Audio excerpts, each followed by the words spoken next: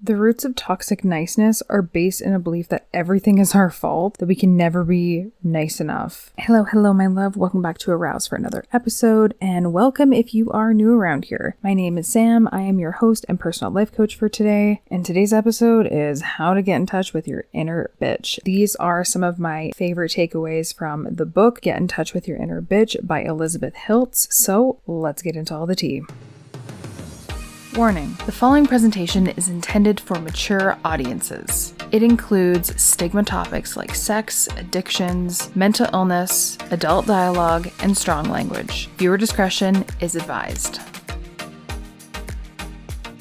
There is so much goodness in this book. This is only the tip of the iceberg. And if you end up loving this episode, then go check out her book. I actually found her book at a thrift store, so I got it at a bitchin' price. But I'm sure that you can get it at Chapters or Barnes & Noble or Amazon. So go and check that out. I absolutely love this book. It was so awesome. So the first thing that we're going to touch on is, and these are direct quotes from the book. So when we suffer from toxic niceness, we work hard to make things a little sweeter far too often, and this is achieved at a terrible cost to ourselves. After a while, toxic niceness begins to feel like that slightly too nice pair of jeans we sometimes insist on wearing. It might look great to everyone else, but it's hard to sit in for an entire day. That really just sinks in and sits with me in a way that this whole idea of toxic niceness is you just put on this pretty face when you're in pain. Like this whole idea with the jeans that are just a little too tight, like you love them, they look amazing on you, but they're a little too tight. Maybe you can't really breathe in them, or they are really hard to sit in and you're fucking uncomfortable, but you're like, oh no, like I'm just gonna sit here in uncomfortableness and kind of suffer in pain and silence, but I look amazing. And that's what toxic niceness is. Another quote is, the fact that you were reading this is proof that you were willing to consider letting go of toxic niceness. Ask yourself these questions. Number 1, have you ever wanted to give someone a piece of your mind and eating a piece of cake instead? Number 2, how about the whole cake? Number 3, have the words, I don't know what came over me, ever sprung from your lips? Number 4, have you ever refused an invitation because you were hoping that your latest love interest would finally ask you on a Saturday night? Number 5, have you ever sat at home alone on Saturday night because he never called? Number 6, have you ever said yes when you meant I don't think so? Number 7, do you apologize for walking into someone else's office? Ask a perfectly legitimate business-related question. Number 8, have you ever worn a bridesmaid's dress with spaghetti straps?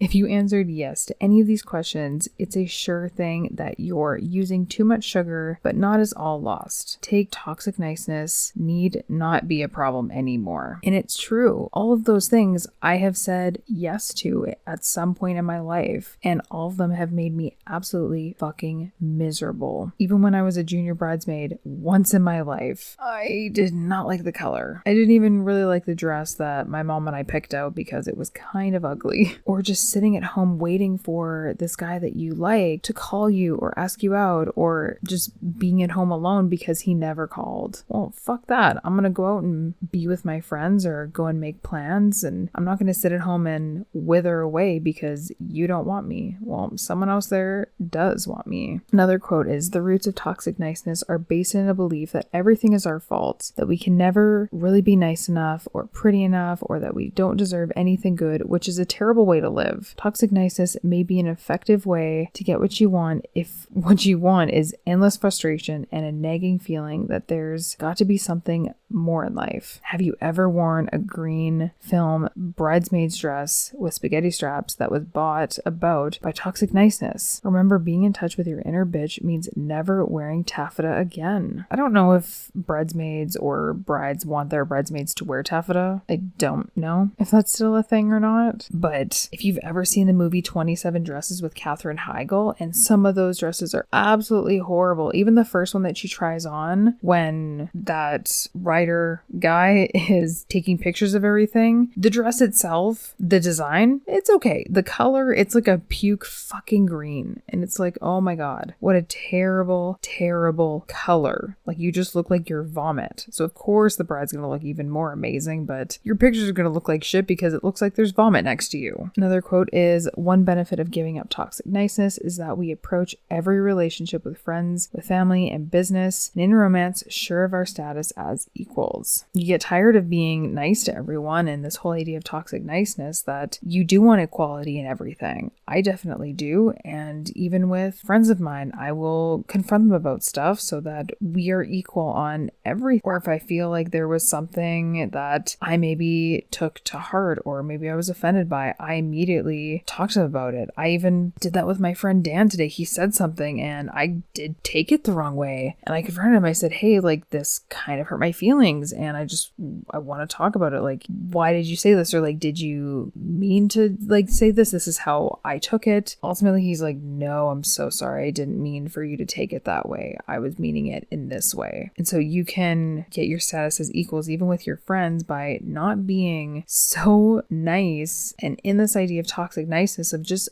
letting it go under the rug. I don't let that shit happen anymore. I confront people when maybe I took things the wrong way or I may have misunderstood something. It's like, hey, this is how I took it. You know, my feelings are kind of hurt. Did you try to do this or what? And confront them about it. She also goes on to say that toxic niceness asks, quotes, do you like me? The inner bitch actually asks, well, do I like you? The first one comes from insecurity where it's like, oh, well, I'm scared that they're not going to like me. And the inner bitch is so confident in herself where it's like, I'm comfortable in myself and I'm confident with who I am, but do I like you? Do I like who you are as a person? Are you going to be an incredible influence and value in my life or not? And I also love this last quote. The best time to have gotten in touch with your inner bitch was 20 years ago. The second best time is now. And it's right. Doesn't matter what your age is. I'm 26. I know that even at 6 years old, I was being morphed and told to tone down, to act like a lady, to not be myself by so many different people. And I'm pretty much being taught from a very young age to fall into this toxic niceness shitstorm. So even though 20 years ago would have been an incredible way to start accessing my inner bitch and showing up as her since I was 6 years old, but the second best time is now, because now you know about it and you're not going to settle. You're not going to let people walk all over you and you're going to tell them, I don't think so, when you actually want to say it. And that's the important part. You need to speak your mind and tell someone no when you don't want to do something, because then it leaves more space for things that you do want to do and have space for. So what did you think about today's episode? I love this book so much. It's called Get in Touch with Your Inner Bitch by Elizabeth Hilts. Like I said, I found it at a thrift store for a really good deal because I always like to go there for secondhand books. Sometimes you find some really great gems. Other times maybe not so much, but I always find at least one book when I go to a thrift store, whether it's Value Village or Salvation Army or some of the other smaller thrift stores that are more locally owned or ran. But there's so many things that you can find at thrift stores, especially secondhand books, that I love going to. Especially if you're trying to stay within your budget and you want a new book, go to a thrift store because they're so reasonable and they're clean. I do believe that they're clean, especially with COVID right now. They're probably wiping them down with antibacterial or alcohol wipes or something. They probably are. So go out and do it. I will see you next time in our Boost Your Confidence series. See you next time.